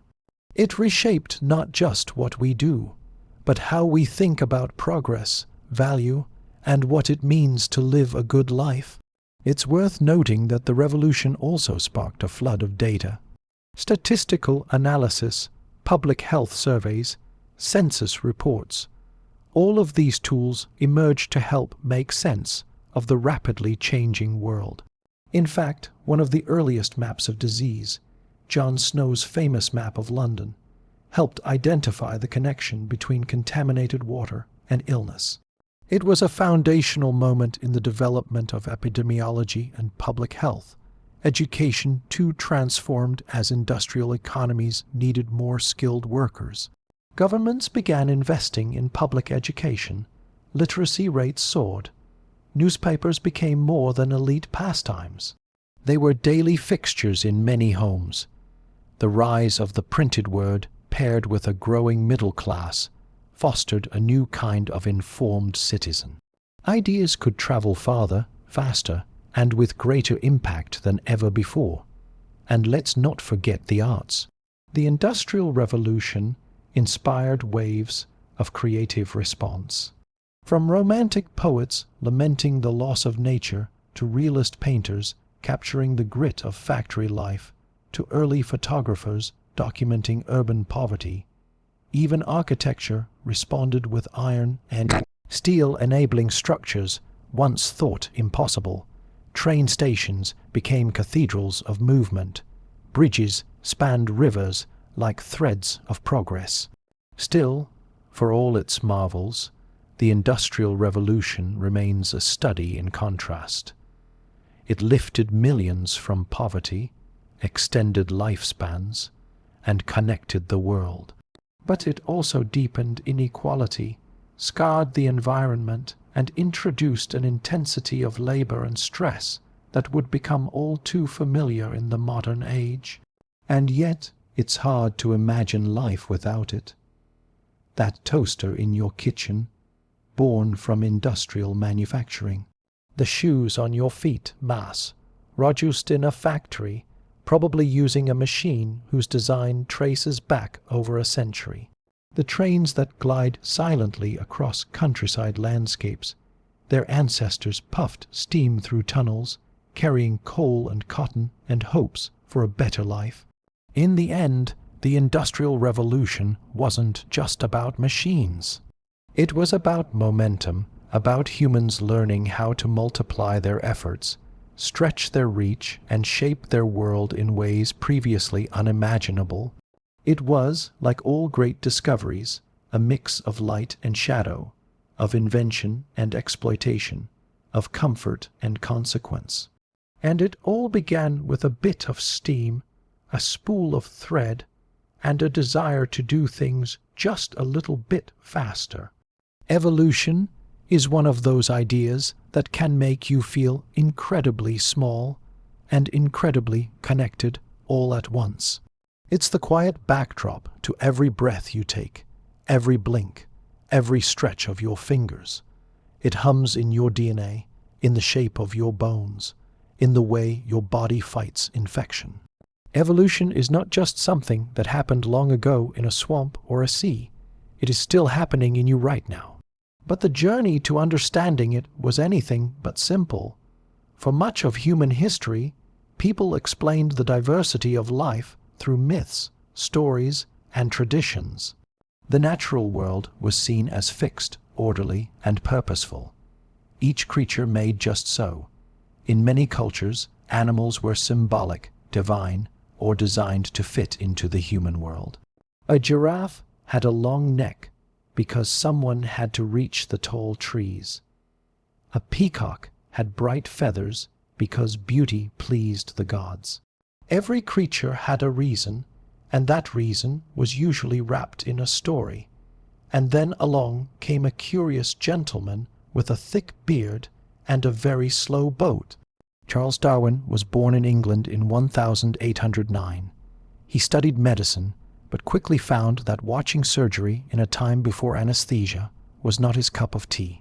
He tried theology next, but his true love was nature. Beetles, fossils, barnacles. If it crawled or crumbled, Darwin wanted to study it. In 1831, he boarded the HMS Beagle as a naturalist on a voyage that would last nearly 5 years. The ship circled the globe, and Darwin took notes on everything. He observed finches in the Galapagos Islands, each species with slightly different beaks. He studied fossils in South America that resembled modern animals, but were clearly from another age. He filled notebook after notebook with observations, sketches, and ideas.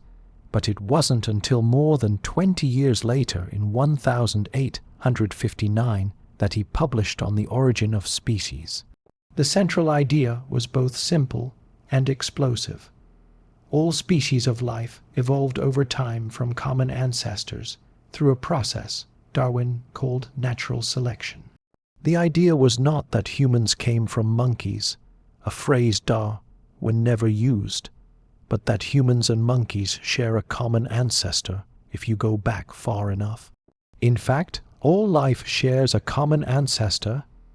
Every tree, mushroom, moth, dolphin, and daffodil all branches from the same grand tree of life. Natural selection works like this. Individuals in a population vary in their traits. Some of those traits offer a better chance of surviving and reproducing in a given environment.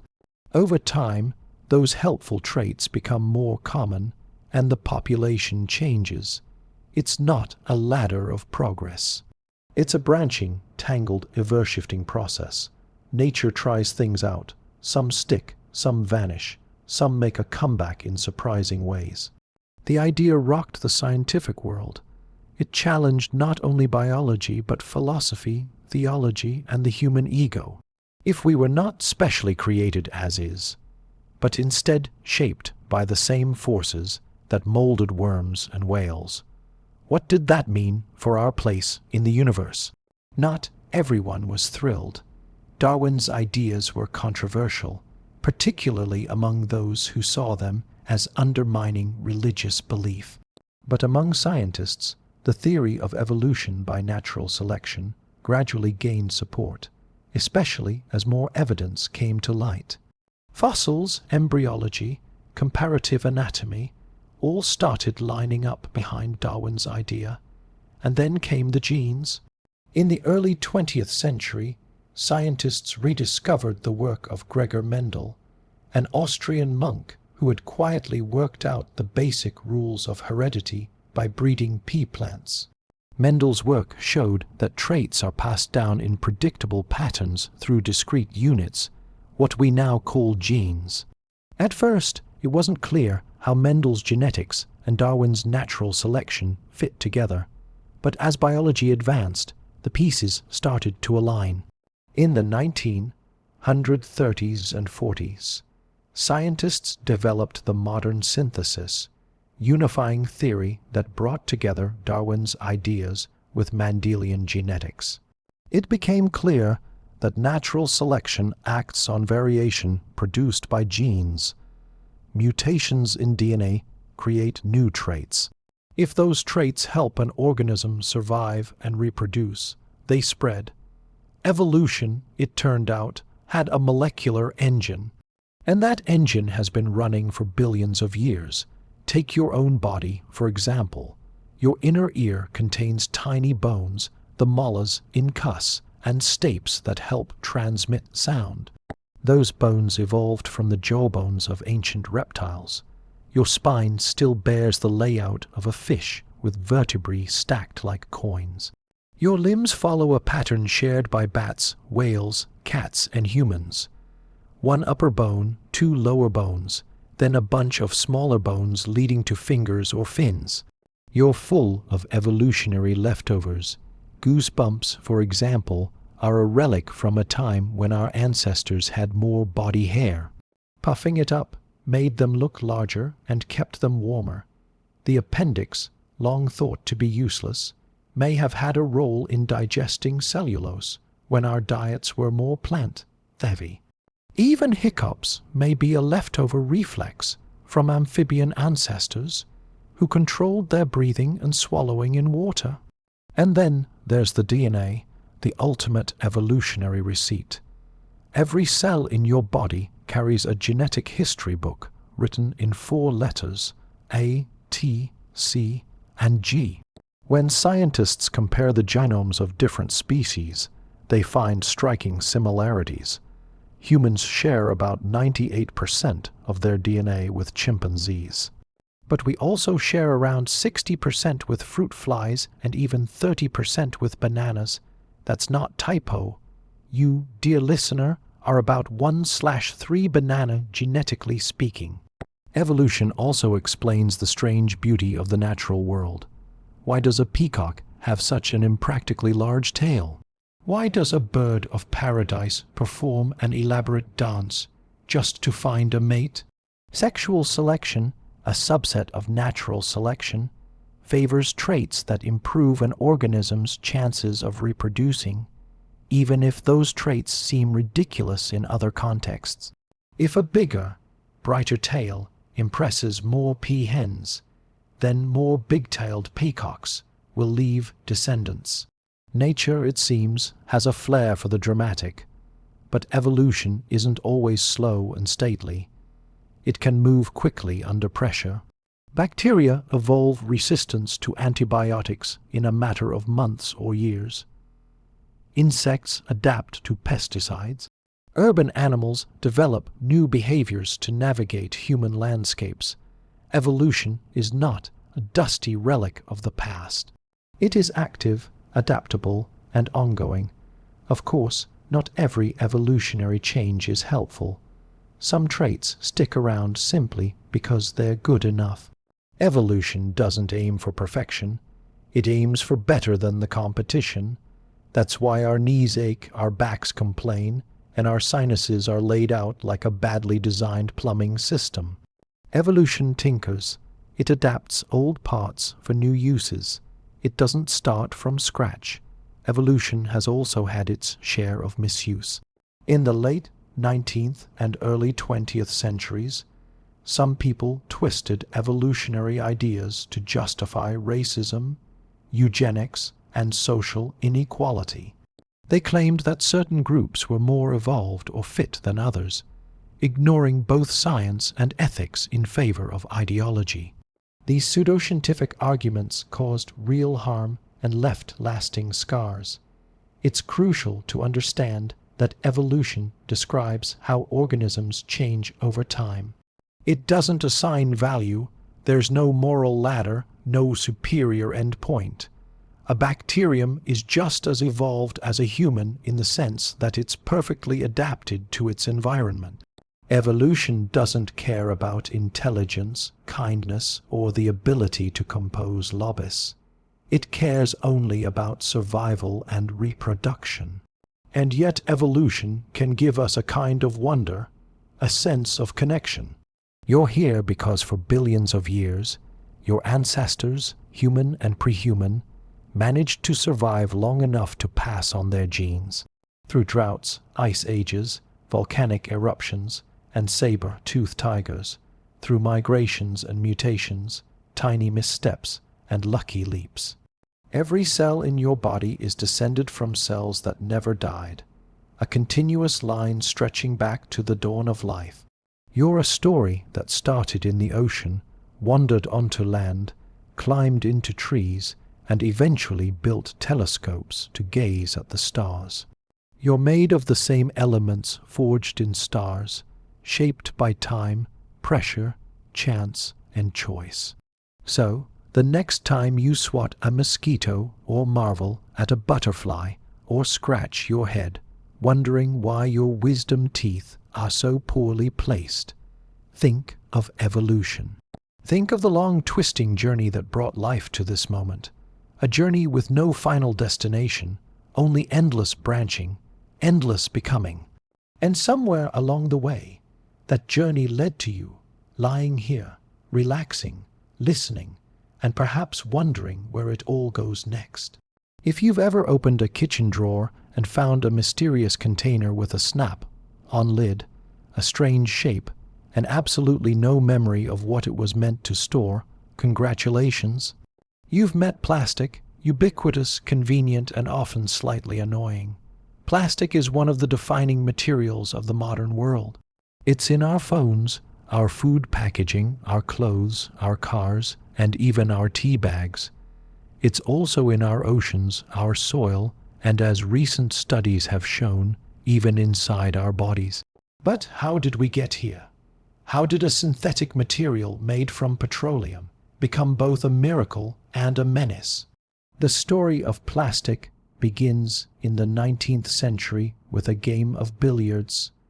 Back then, billiard balls were made from ivory, a material harvested from elephant tusks. As demand for the game grew, conservation was perhaps surprisingly one of the motivations behind a search for alternatives. In the 1860s, an American inventor named John Wesley Hyatt responded to a competition offering $10,000 for a substitute for ivory. He experimented with cellulose, a natural polymer found in plant cell walls, and developed a material called celluloid. Celluloid was the first semianthetic plastic. It was moldable, durable, and could be used to make everything from combs to camera film. It also had the unfortunate habit of being flammable, which is never ideal for household goods. Still, it marked a turning point, the realization that we could create new materials not found in nature by manipulating organic chemistry. Then, in 1907, a Belgian chemist named Leo Baekeland invented Bollet, the first fully synthetic plastic. Unlike celluloid, Bollet wasn't made from plant matter. It was created from phenol and formaldehyde cooked under pressure. It was heat-resistant, non-conductive, and could be molded into almost any shape. It quickly found use in the electrical insulators, telephone casings, and radios. It was marketed as the material of 1,000 uses, and truly plastic would live up to that promise. Over the 20th century, scientists developed dozens of new plastic polymers, each with its own properties and perks. Polyethylene used in plastic bags and bottles. Polypropylene found in food containers and car bumpers. Polystyrene, the lightweight stuff in takeout boxes and packing peanuts. Polyven, alkyl chloride or PVC used in plumbing pipes and credit cards. And of course, the now infamous polyethylene terephthalate, better known as PT, used for drink bottles and synthetic fibers. Plastics were cheap to make, lightweight, waterproof, and resistant to corrosion. They could be molded into nearly any form. They could be clear or colorful, soft or rigid, flexible or firm. They seemed like a modern miracle. And in many ways they were. During World War II, plastic production surged. Nylon, originally developed as a silk substitute for stockings, became essential for parachutes, ropes, and tents. Plexiglass was used in aircraft canopies. Lightweight plastic components replaced heavier metal parts. After the war, the technology spilled over into civilian life. Kitchens filled with Tupperware. Children played with plastic toys. Food was wrapped in plastic film. Cars, once built from steel and chrome, incorporated plastic dashboards and trim. The plastic age had arrived, and it wasn't going anywhere. For a time, plastic was celebrated as the great democratizer of materials. It made products affordable and accessible. It allowed for innovations in medicine, disposable syringes, sterile packaging, Roman IV bags. It improved food safety and preservation. It even helped advance aerospace and electronics. Computers, cell phones, spacecraft all owe a great deal to the versatility of plastic. But as with many revolutionary materials, there was a catch. Plastic doesn't go away. That's part of its charm and its curse. While it resists rot, rust, and decay, it also resists, well, everything. A plastic bottle can take hundreds of years to decompose. A straw tossed out during a lunch break might outlast your great-grandchildren, and because plastic is so light and cheap, we don't think twice about discarding it. We use billions of plastic bags each year, most for just a few minutes. Disposable cutlery, single-use packaging, shrink wrap, all designed for convenience and all destined for landfills, waterways, or incinerators. The oceans have taken a particular hit. Every year, millions of tons of plastic waste enter marine environments. Some of it floats, forming vast patches of debris like the Great Pacific Garbage Patch. Some sinks, breaking down into smaller and smaller particles, microplastics, that are now found in fish, sea salt, and even bottled water.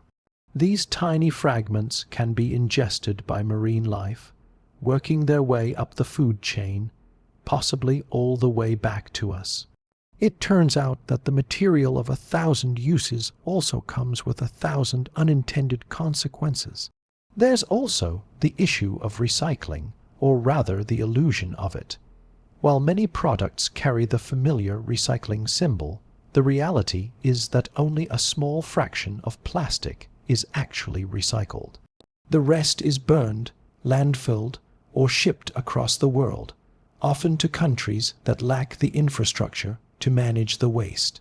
Contamination, mixed polymers, and low economic incentives make true recycling difficult. Unlike glass or aluminum, plastic degrades in quality each time it's recycled, limiting its reusability. And then there's the environmental cost of production. Most plastics are made from fossil fuels, either oil or natural gas.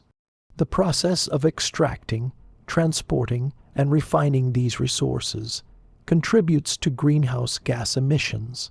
So even before a plastic bottle is used, it has already left a carbon footprint. Despite these issues, plastic remains deeply embedded in modern life. Many of its applications are genuinely hard to replace.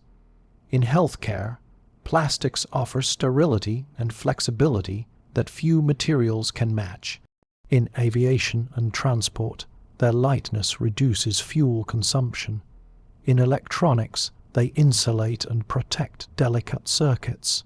The challenge, then, is not simply to eliminate plastic, but to rethink our relationship with it. To distinguish between necessary use and needless waste to design for durability, reuse, and end-of-life management. Innovators around the world are working on alternatives. Bioplastics made from cornstarch or sugarcane offer a renewable source, though they still have limitations in terms of strength and decomposition. Some startups are experimenting with mushroom-based packaging or seaweed-based films. Others are developing enzymes and microbes that can break down plastic more efficiently. There's even research into plastic made from captured carbon dioxide, turning a problem into a product. Legislation is slowly catching up. Cities and countries are banning single-use plastics, taxing plastic bags, and mandating extended producer responsibility. Corporations are pledging to reduce plastic packaging, use more recycled content, and shift towards circular economy models. At the same time, individuals are making choices, carrying reusable bags, using metal straws, refilling water bottles, shopping in bulk. These choices may seem small, but they send signals they shape demand, they spark conversations, they create momentum. And perhaps most importantly, they remind us that convenience and care don't have to be mutually exclusive. Plastic, for all its flaws, is not evil. It's a tool, a very effective, often misused tool.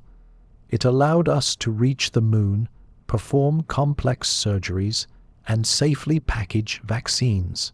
It also wrapped our bananas in unnecessary film and made party balloons that end up strangling sea turtles. It gave us both MRI machines and microbeads in toothpaste. Like so many human inventions, it reflects us. Our ingenuity, our appetite for ease, our tendency to solve one problem by creating another. So, as you drift deeper into rest, consider the paradox of plastic, a material born from chemistry and shaped by culture, a substance that changed the world and now challenges us to change again. In the light, plastic helped build modernity. In the shadow, it asks us to build wisely, to invent not only with ambition, but with foresight, to make not only what we can, but what we should, and perhaps to check that kitchen drawer, because if nothing else, plastic loves to hide, and you might just find the lid that's been missing for years. Once upon a time, if you wanted to send a message, you had to put it on paper, seal it with wax, give it to a courier on horseback, and then wait days, weeks, maybe longer, hoping it arrived without being intercepted, eaten, or dropped in a puddle. Fast forward to today, and you can send a message from your sofa to someone across the globe in the time it takes to sneeze. You don't even have to spell things correctly anymore. The digital revolution has made communication instant, information limitless, and the phrase "baby grabbing snacks" a valid part of international discourse. At the heart of all this is a deceptively simple idea: binary ones and zeros. That's it. Everything from cat videos to heart monitor data, symphonies to spreadsheets. It's just a long string of ones and zeros, manipulated by machines that operate at nearly the speed of light. It's elegant, efficient, and a little bit magical. A language understood not by humans, but by circuits, silicon, and logic gates. The digital revolution didn't start all at once. It was a slow build, like a symphony of blinking lights. The earliest computers were more mechanical than magical. Charles Babbage, a 19th century British mathematician, designed the first concept for a programmable machine, the analytical engine. It had gears, cranks, and a remarkable visionary named Ada Lovelace, who wrote what is widely considered the first computer program. This was in the 1840s, long before electricity was standard and well before Wi-Fi started demanding updates at inconvenient times. But it wasn't until the mid-10th century that computing truly took off. During World War II, machines like the British Colossus and the American ENA were built to break codes and calculate ballistic trajectories. They were enormous room-sized monsters with vacuum tubes and wires snaking like spaghetti. They didn't hum, they clattered, and they got hot enough to boil water, which, while impressive, wasn't great for long-term functionality. Then came the transistor, invented in 1947 by John Barden, Walter Brighton, and William Shockley at Bell Labs. The transistor replaced bulky vacuum tubes with something smaller, faster, and far more reliable. It was a little switch that could turn electrical signals on and off. And it changed everything. Suddenly, computers didn't have to take up entire rooms. They could shrink, speed up, and eventually fit into your pocket. Integrated circuits followed, chips that packed thousands, then millions of transistors onto a sliver of silicon. Moore's Law, coined by Intel founder Gordon Moore, predicted that the number of transistors on a chip would double roughly every 2 years. That prediction held true for decades, leading to an exponential increase in computing power and a steady decline in size and cost. By the 1970s and 80s, personal computers were beginning to appear. Names like Apple, IBM, and Commodore entered living rooms and offices. The first models were clunky by today's standards, but they opened a door. Word processing, spreadsheets, basic games. It was the start of a digital lifestyle. Then came the Internet. The Internet was born not as a commercial venture, but as a military and academic experiment. ARPANET, created in the late 1960s by the United States Department of Defense, allowed researchers to share information across different computers. It used something called packet switching, breaking data into chunks, sending it through a network, and reassembling it at the other end. It was efficient, resilient, and far more exciting than it probably sounds. In the 1990s, the Internet went public. The World Wide Web, invented by Tim Berners-Lee, introduced a way to organize and access information using websites and hyperlinks. Browsers like Netscape and Internet Explorer brought the web to the masses. Suddenly, you didn't need to be a programmer to go online. You just needed a dial-up modem and a healthy tolerance for screeching noises and long loading times. And what did people do with this new power? They built websites about their pets. They chatted in forums about alien abductions. They filled their MySpace pages with glitter graphics and embedded music that played automatically and, let's be honest, a little too loudly. It was chaotic, it was beautiful, and it was just the beginning. The 21st century saw the rise of smartphones, tiny glowing rectangles that combined phone, camera, calculator, compass, map, and infinite distraction into a single device. Apps transformed industries. Social media platforms like Facebook, Twitter, and Instagram became digital town squares where everyone could share their thoughts, their lunch, or their latest dance routine. Search engines gave us answers in milliseconds. GPS guided us through unfamiliar streets. Streaming services brought movies to our homes on demand. Online shopping let us buy pajamas while wearing pajamas.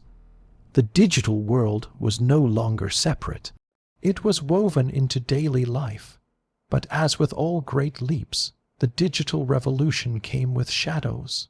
One of the most profound changes was in how we relate to information. We now have more access to knowledge than any generation in history.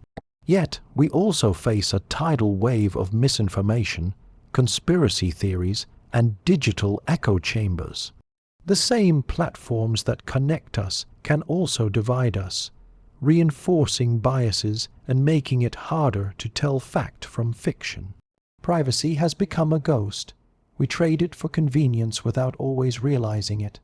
Our searches, locations, preferences, even our sleep patterns are tracked, analyzed, and sometimes sold. The digital footprint we leave behind is vast, permanent, and only partially under our control. There is also the attention economy, the business of capturing and holding your focus. Apps and websites are designed to be sticky, to keep you scrolling, swiping, liking. Notifications buzz and blink, drawing us back in. And while some of it is delightful, much of it is draining. Mental health professionals are increasingly studying the effects of constant connectivity, anxiety, depression, sleep disruption. We're plugged in but not always recharged. And then there's the issue of access. While many of us enjoy high-speed internet and sleek devices, billions of people around the world remain offline or underconnected. The digital divide reflects and reinforces existing inequalities. Education, opportunity, health there all increasingly depend on connectivity. Closing that gap is one of the defining challenges of our time. Yet, for all its complexities, the digital world offers breathtaking potential. It enables remote learning, telemedicine, global